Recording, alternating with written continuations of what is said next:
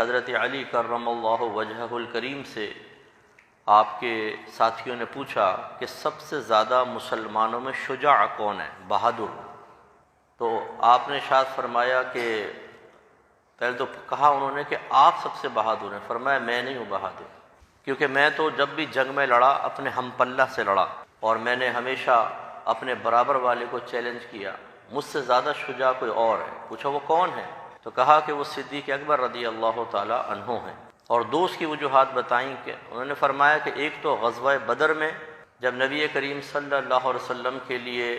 عارضی طور پہ ایک سائبان بنایا گیا جس میں سرکار نے آرام فرمانا تھا، تو سوال ہوا کہ کون اس کی حفاظت کرے گا، یعنی کون سامنے کھڑا ہوگا کہ کفار کو یہاں تک نہ پہنچنے دے۔ اور آپ کو پتہ ہے کہ کفار کا ٹارگٹ تو نبی کریم صلی اللہ علیہ وسلم ہی تھے۔ تو حضرت علی کرم اللہ وجہہ الکریم کہتے ہیں کہ اب یہ سوال پیدا ہوا کون یہاں پر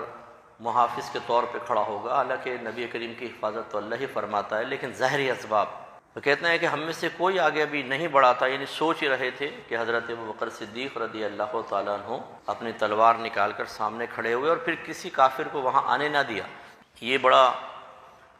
مطلب آزمائش کا لمحہ ہوتا ہے کہ کوئی اگر ایسا شخص ہو جس کے خلاف لوگ ہو جائیں، چاہے وہ حق پر ہو، تو اس کا ساتھ دینے کے لیے لوگ موجود ہوں، قریبی ساتھی تک بھاگ جاتے ہیں۔ آپ کا بھی بڑا مشاہدہ ہوگا اپنے اطراف میں، اور ہم نے تو بہت ہی زیادہ دیکھا ہے، یہ چیزیں قریب سے مشاہدہ کی ہیں کہ جب کھانے پینے کو اچھا مل رہا ہو، کسی کی صحبت سے عزتیں حاصل ہو رہی ہوں، انسان مرکز محفل بن رہا ہو، ویڈیوز میں نمایاں جگہ پکچر کھینچ رہی ہیں تو ساتھ میں کھڑے ہوئے صاحب دکھا رہے ہیں کہ دیکھو یہ میں کھڑا ہوا ہوں، تو سب چاقو چوبند رہتے ہیں، اور جب آزمائش آتی ہے اس کے بعد ایسا بھاگتے ہیں کہ کچھ انتہا نہیں۔ تو اس لیے کسی کی بھی وفاداری پر یا کسی کے آپ کے ساتھ مخلص ہونے پر اس وقت تک کامل اعتماد حاصل نہیں ہو سکتا جب تک کہ وہ آزمائش میں آپ کا ساتھ نہ دے۔ باتیں تو سارے کر لیتے،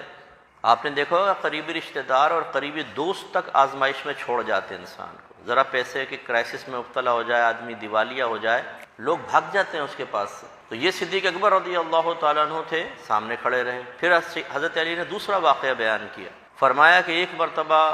اعلان نبوت کے بعد اور ہجرت سے قبل کفار قریش نے نبی کریم صلی اللہ علیہ وسلم کو گھیر لیا، کوئی آپ کو کھینچتا تھا، کوئی دھکے دیتا تھا۔ تو اس وقت میں نے دیکھا کہ کوئی آگے نہ بڑھا مسلمانوں میں سے، صدیق اکبر رضی اللہ تعالیٰ عنہ آگے بڑھے اور آپ سب کو دھکے دیتے تھے، کسی کو یہاں کسی کو وہاں، اور نبی کریم صلی اللہ علیہ وسلم کی حفاظت کرتے تھے۔